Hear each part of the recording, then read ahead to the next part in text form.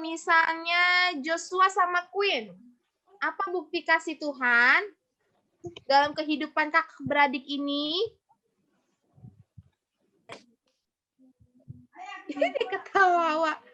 Aku masih dikasih Koko Jos, aku masih dikasih Dede Queen, itu juga bukti kasih Tuhan. Ada nggak nih? Jos sama Queen? Oke, kasih senyum doang ya? Kalau gitu, dalam hidup Karen apa? Tuhan mengampuni dosa Karen. Iya, Tuhan mengampuni dosa Karen. Mikaela, bukti kasih Tuhan. Jalan-jalan kakak, iya. Bareng-bareng. Oh, jalan-jalan bareng-bareng, walaupun dalam masa pandemi gini masih dikasih kesempatan ya sama Tuhan ya. Untuk jalan bareng-bareng, good job. Kalau misalnya Samantha apa? Bisa main PCXD ya? Waduh, betul. Masih bisa main game. Buat main. Iya, seru banget ya. Oke, kalau Faisal? Itu keren buat main. Oke, jangan lupa berdoa ya, Kela ya. Oke. Drop it.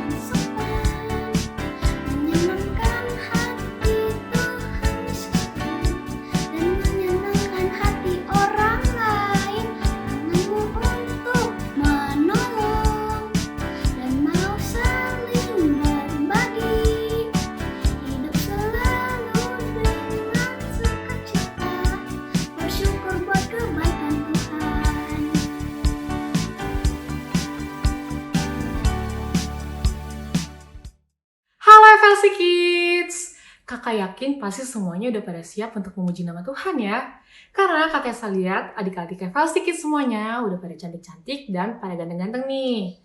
Nah, sebelum memulai ibadah, yuk kita berdoa dulu. Lipat tangannya, tutup matanya ya adik-adik. Yuk kita berdoa. Yuk teman-teman kita sama-sama berdoa. Tuhan Yesus, terima kasih untuk hari ini. Sekarang kami mau ibadah. Tuhan pimpin ibadah kami sampai selesai ya. Jadikan kami anak-anak yang mau denger-dengeran. Terima kasih Tuhan Yesus. Kami telah berdoa dan mengucap syukur. Haleluya, amin. God bless you and happy Sunday. Yang sudah siap memuji nama Tuhan, kita mau bangkit berdiri, kita mau nyanyi, hari ini kurasa bahagia.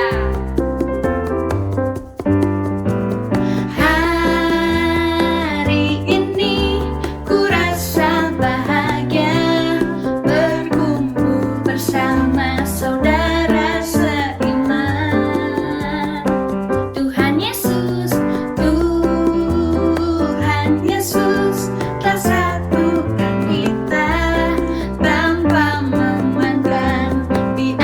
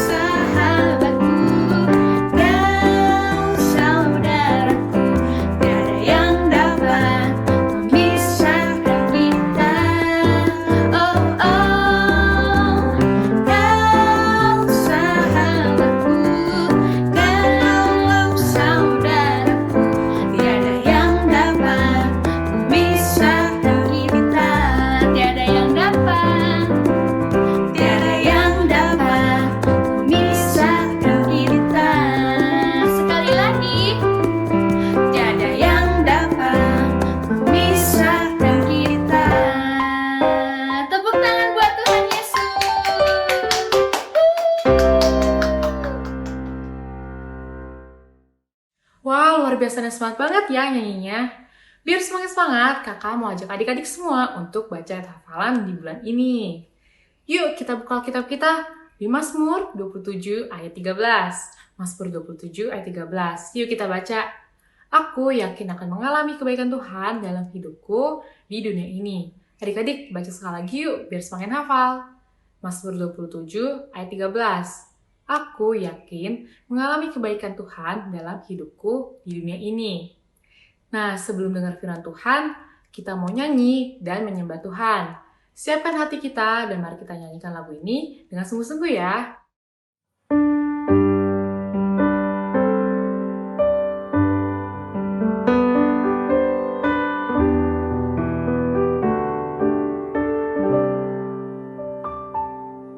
Bapakku yang baik, yang berkuasa atasku, kebaikan-Mu sempurnakan ku, kasih-Mu nyata dalamku. Bapakku yang setia,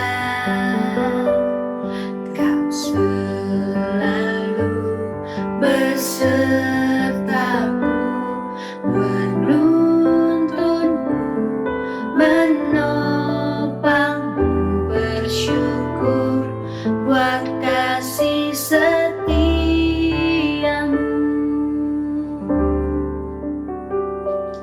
Terima kasih Bapa, terima kasih Bapa, ku bersyukur buat kasih-Mu. Terima kasih Bapa.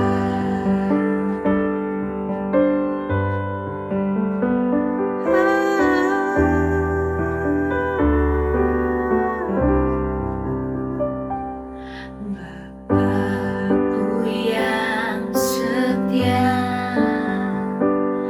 Kau selalu besertaku, menuntunku, menopangku, bersyukur buat kasih setiamu.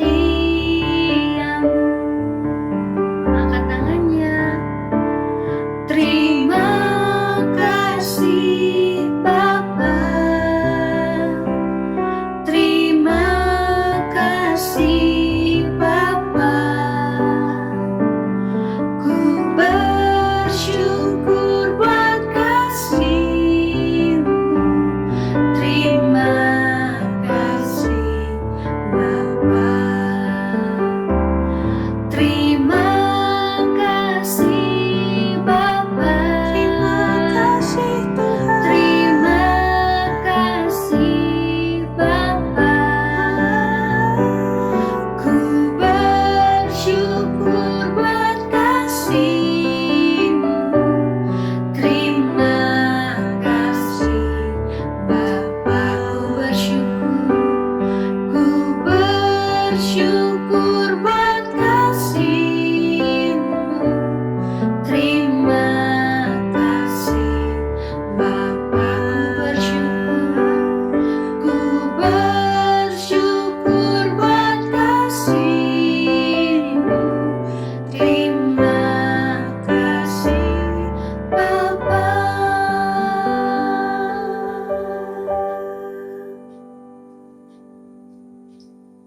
Adik-adik kita mau bersatu dalam doa, lipat tangannya, tutup matanya. Gak usah ikutin kakak, cukup aminin dalam hati. Tuhan Yesus, terima kasih kami sudah boleh menyanyi, menari, bahkan memuliakan nama Tuhan pada hari ini. Tuhan Yesus, sebentar kami mau mendengarkan firman Tuhan. Tuhan yang pimpin kakak sekolah minggu yang akan bercerita, dan Tuhan pimpin kami yang akan mendengarkan firman Tuhan.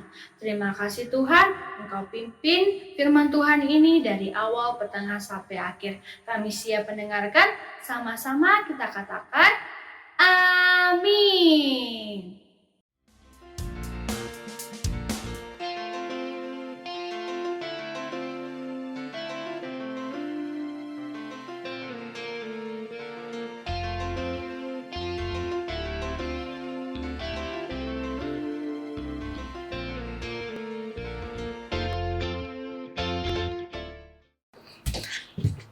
Hai adik-adik Kak Sikit. Di sini ada Kak Febri yang akan membawa cerita firman Tuhan minggu kedua. Ya. Dan hari ini kebetulan Kak Febri mau kasih tahu juga tema bulan ini. Udah pada tahu ya? Iya udah ya. Kemarin Kak Kristen juga udah kasih tahu, kakak-kakak host juga udah kasih tahu kalau kita belajar tentang keyakinan. Benar banget. Dan apa sih keyakinan? Keyakinan adalah belajar untuk melihat diri kamu sendiri seperti Tuhan melihat kamu. Iya, luar biasa. Adik-adik udah pada tahu, udah pada bisa juga tadi ya. Dan kakak sebelum mulai cerita, kakak mau minta bantuan dulu sama adik-adik. Boleh nggak nih? Boleh lama ya? Oke, kayak gitu. Nah, jadi kakak mau minta bantuan nih sama adik-adik. Kalau misalnya kakak angkat tangan kayak gini, adik-adik harus mengeluarkan suara. Suara misalnya nanti ada tepuk tangan atau semangat atau jalan atau lari. Nah, adik-adik harus keluarin suara itu, harus bergerak. Oke? Pada aman ya? Nah, kalau misalkan Kak itu jalan terus nggak berhenti-berhenti, tenang ada berhentinya. Nanti pas kakak udah begini, nanti kakak suruh gek gitu. Ntar udah kayak konduktor nih kakak yang di paduan suara adik-adik. Oke? Siap ya? Nah, kebetulan hari ini kita akan bercerita, minggu ini cerita dari Yosua pasal 5 ayat 13 sampai pasal 6 ayat 20. Nah, di kitab itu kamu kasih tahu sedikit spoiler dulu.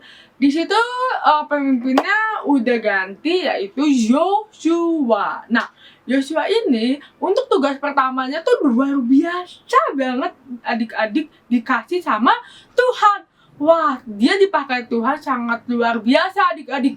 Sampai dia dikasih tugasnya itu untuk melanjutkan ke tanah perjanjian, dan itu luar biasa pas dari tanah perjanjiannya. Nah, cerita itu yang akan kakak ceritakan, sebuah tembok yang tinggi. Adik-adik tahu nggak sih tembok apa itu? Nah, kalau misalnya adik-adik belum tahu atau udah ada yang tahu yang bisa nebak nih. Oke, kayak gitu, bareng sama kakak kita dengar cerita ini. Nah, pada waktu itu, bangsa Israel itu kan pernah jadi budak di Mesir, adik-adik. Kalau jadi budak itu berarti dia kerja paksa. Dia angkat batu-batu, dia ngegali, ngapain, apapun itu. Pas mereka jadi budak itu, maka diselamatkan oleh Tuhan lewat Musa. Nah, pada waktu itu, mereka akhirnya bebas gitu kan. Mereka 10 tahun, bukan Kak, 40 tahun. Wah, 40 tahun mereka mengembara di padang gurun. Wah, bayangin adik-adik 40 tahun ya. Dan setelah mereka 40 tahun itu, dan waktu itu udah pemimpinnya Yosua, setelah 40 tahun itu mereka sampai ke tanah perjanjian. Yeay, semangat ya. Iya, oke. Nah, setelah itu disitulah Yosua mendapatkan pesan lagi dari Tuhan. Yosua, sampai kamu di tanah perjanjian, kamu harus menyeberangi sungai Yordan. Wah, sungai Yordan. Dulu belum ada jembatan adik-adik. Jadi gimana ya nyeberanginnya ya? Yuk, kita lihat lagi ya. Dan pada saat itu, Yosua menuruti, dia menaati perintah Tuhan Yesus. Luar biasa ya. Dan dia jalan sama orang Israel ya, jalan. Mana coba curang angkanya, jangan sendiri dong. Oke. Nah, sampai deh di Sungai Yordan. Nah, saat mereka sampai di Sungai Yordan dan mau melewati Sungai Yordan ya adik-adik, tiba-tiba sungainya itu terbelah dua. Wah, oh my god, terbelah dua, Kak. Luar biasa ya. Seperti 40 tahun sebelumnya itu ya. Dia lewatin Laut Merah. Luar biasa ya Tuhan ya. Dan akhirnya mereka jalan lagi. Dan baik aja. Nah, sampai dia lewat udah Sungai Yordan, ya, orang Amori sama orang Kanaan di negeri itu adik-adik, mereka kaget dengar itu. Wah, Tuhan bisa melakukan itu ya. Tuhan bisa melakukan hal yang luar biasa. Ngebelah laut aja bisa.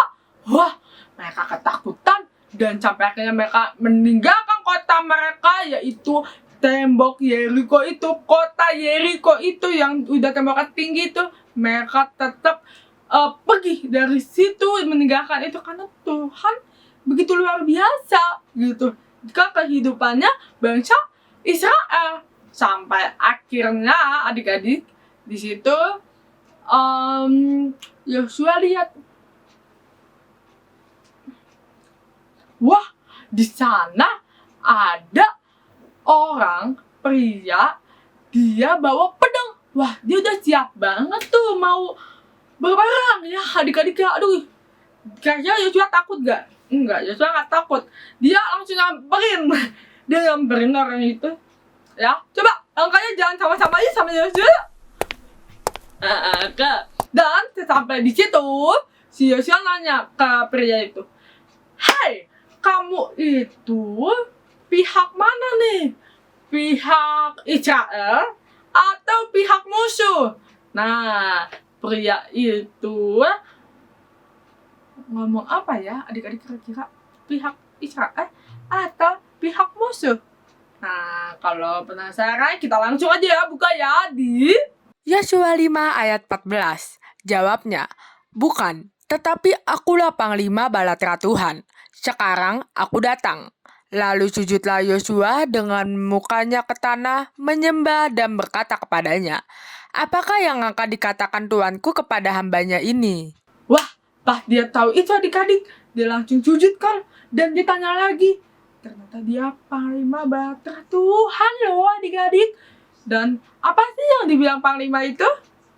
Yosua 5 ayat 15. Dan panglima bala-tentara Tuhan itu berkata kepada Yosua, "Tanggalkanlah kasutmu dari kakimu, sebab tempat engkau berdiri itu kudus." Dan Yosua berbuat demikian. Nah, Yosua akhirnya mengikuti apa yang dikatakan panglima itu, karena itu pesan dari Tuhan. Nah, saat dia udah melakukannya, dia udah mendapatkan tugas penting itu, dia pergi ke bangsa Israel langsung jalan. Dan akhirnya di situ dia panggil satu persatu, dia panggil semuanya. Jadi dia pertama dulu kemana ya? Yuk kita lihat ayat berikut ini. Yosua 6 ayat 6. Kemudian Yosua bin Nun memanggil para imam dan berkata kepada mereka, "Angkatlah tabut perjanjian itu, dan 7 orang imam harus membawa 7 cangkakala tanduk domba di depan tabut Tuhan." Nah, setelah itu dia ngumpulin tentara dan dia ngomong lagi adik-adik. Yosua 6 ayat 7. Dan kepada bangsa itu dikatakannya lah, "Majulah, dikelilingilah kota itu, dan orang-orang bersenjata harus berjalan di depan tabut Tuhan." Wah, sekarang udah semuanya dapat tugasnya. Oke, udah siap ya. Nah, jadi beberapa tentara udah baris di depan. Udah pada baris semua ya. Coba kakak mau tes langkah dulu. Oke. Nah, sekarang kakak mau dengar dari 7 imam sambil niup sangkakala. Sangkakalanya juga ada 7 adik-adik, jadi satu orang satu.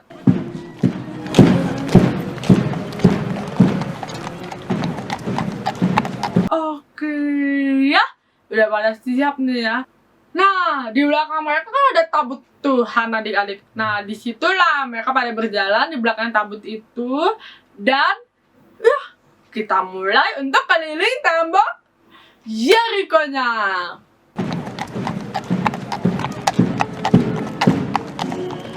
Nah, adik-adik, mereka keliling tembok Yeriko benar-benar dari tugas itu. Mereka cuma bisa jalan, niup sangkakala, sambil bawa tabut Tuhan, adik-adik. Dan mereka sama sekali nggak ngomong. Dan itu 6 hari berturut-turut melakukan hal yang sama seperti itu. Tapi hari yang ke-7 ada yang berbeda. Karena Yosua udah kasih tahu, hari ke-6 kita berturut-turut kayak gitu ya. Tapi hari ke-7 beda nih. Nah, tiba hari ke-7 itu, Yosua minta untuk semuanya baris kayak dari hari pertama sampai hari ke-6 tadi. Tapi mereka keliling kota Yeriko itu, tembok Yeriko itu cuma 7 kali.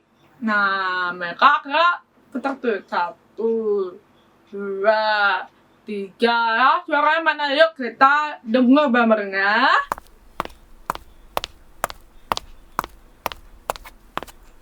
Oke, udah 7 kali. Dan akhirnya Yosua kasih tahu, buat yang tadi udah niup sangkakala ya, itu kabarnya dia harus niup sekarang panjang.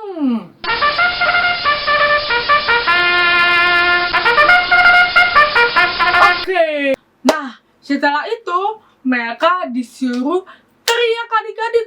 Nah, pas mereka teriak, temboknya itu nangis. Coba ya kita dengar suara nangis.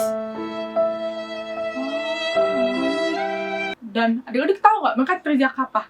Yuk, kita bareng-bareng ya. Kita ngomong adik-adik, oke? Udah pada siap? Tembok Yeriko roboh. 1, 2, 3. Tembok Yeriko roboh. Tembok Yeriko roboh. Tembok Yeriko roboh. Siap. Nah, dia teriak adik-adik semuanya seperti itu, bangsa Israel yang ada di sana. Dan akhirnya tembok itu, kata Yeriko itu roboh adik-adik temboknya. Wah, pada itu tinggi banget adik-adik.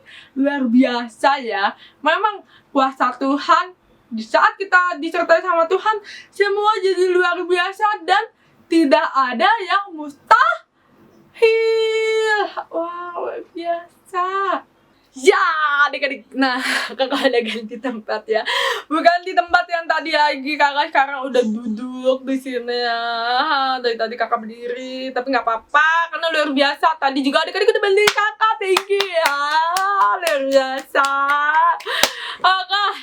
Dan sekarang kakak akan melanjutkan cerita kakak tadi. Tadi udah kelar sih ceritanya. Tapi ini kakak mau kasih tahu apa sih pesan yang disampaikan dari cerita firman Tuhan tadi. Adik-adik pasti masih belum tahu kan ya. Bottom line kita tuh apa hari ini ya. Karena udah pasti tuh yakin ya. Yosua tuh yakin banget sama Tuhan. Percaya banget sama Tuhan ya. Dan memang Yosua itu terkenal jadi orang yang percaya banget sama Tuhan. Apapun yang terjadi adik-adik. Coba itu rencana Tuhan tuh kayak aneh banget. Kok bisa tembok Yeriko runtuh dalam 7 hari gitu? Ya kayak, kok bisa cuma keliling doang, terus bahkan gak ngomong, cuma niupin cangkakala gitu kan, cangkakala. Dan itu luar biasa banget gitu, bisa roboh, bisa jatuh dengan ajaibnya gitu. Tapi itu semua karena kuasa Tuhan adik-adik. Kalau bukan dengan penyertaan dan kuasa Tuhan, itu semua mustahil ya. Dan memang apa? Bagi Tuhan itu gak ada yang mustahil.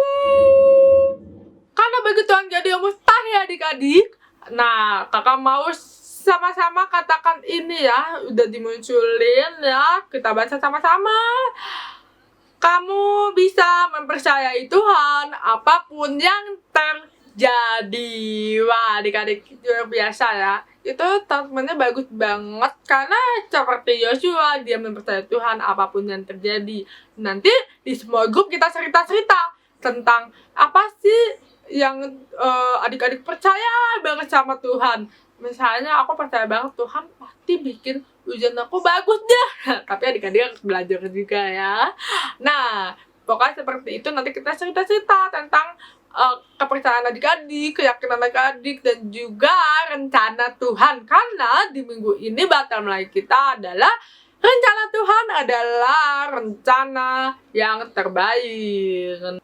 Wah, bottom line-nya rencana Tuhan adalah rencana yang terbaik. Ya, pasti ya. Selalu yang terbaik ya rencana Tuhan. Karena kamu selalu bisa mempercayai Tuhan apapun yang terjadi itu, adik-adik. Oke, nanti kita cerita-cerita, cicat-cicat. Ceritanya, pokoknya rencana Tuhan apa yang udah terjadi di hidup adik-adik, atau adik-adik punya rencana terus ya ini sesuai nggak ya sama rencana Tuhan. Nah, nanti kita cerita-cerita. Terus kita juga kasih tahu, aku pasal banget deh sama Tuhan, gini cerita nanti ya. Oke, kita ketemu di small group lagi dan kakak kasih tahu lebih lanjut lagi di small group nih.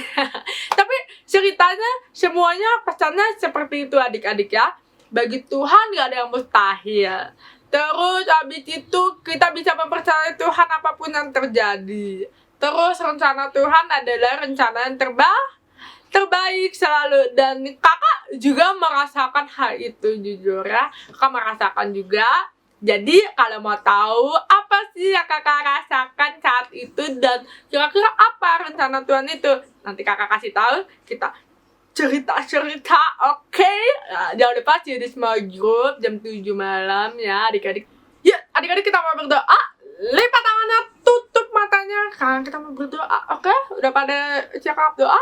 Oke ya, kita doa ya. Tuhan Yesus, terima kasih Tuhan atas kasih karunia-Mu, atas penyertaan-Mu Tuhan sepanjang hidup kami ya Tuhan. Dan sekarang Tuhan, hamba-Mu ini, Kak Febri, mau berdoa buat adik-adik Kak Sikit. Kiranya Tuhan, Engkau memberkati mereka, apapun yang mereka pergumulkan, mereka khawatirkan Tuhan. Semuanya udah dalam rancangan Tuhan, dan kiranya Tuhan berkati perjalanan mereka, berkati rencana mereka Tuhan. Semoga rencana yang mereka sudah buat itu sesuai dengan rencana Tuhan yang selalu terbaik Tuhan. Kami percaya Tuhan, dan bantu kami selalu, dan tuntun kami selalu untuk percaya sama Tuhan apapun yang terjadi kapanpun itu ya Tuhan. Karena kami mau jadi anak-anak Tuhan yang luar biasa. Kita mau jadi yang luar biasa, karena kami mau jadi terang dan garam bagi sekitar kami, mau jadi berkat buat sekitar kami. Kami percaya Tuhan, bagi Tuhan gak ada yang mustahil, seperti tembok Yeriko bisa roboh itu karena kuasa Tuhan. Haleluya, terima kasih Tuhan Yesus, kami sudah selesai. Kiranya Engkau berkati kami di sisa hari kami ini Tuhan, dan besok juga Tuhan sertai. Terima kasih Tuhan Yesus. Haleluya, amin. Yeah. Terima kasih adik-adik, dan see you di small group ya. Dan ingat, rencana Tuhan adalah rencana yang terbaik. Kamu bisa mempercayai Tuhan apapun yang terjadi. Bye. God bless you.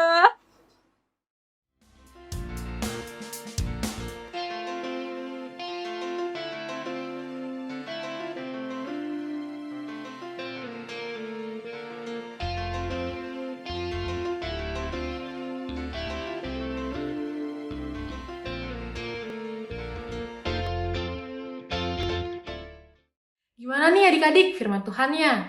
Pasti memberkati banget ya. Kita harus punya keyakinan bahwa rencana Tuhan adalah rencana yang terbaik. Nah, biar semakin mengerti lagi, kakak mau ajak adik-adik semua untuk join di small group melalui Zoom jam 7 malam. Jam 7 malam. Jangan sampai kelupaan dan ketinggalan ya. Karena di small group ini kita bisa cerita sama teman-teman, bahkan sama kakak-kakak FLC Kids loh.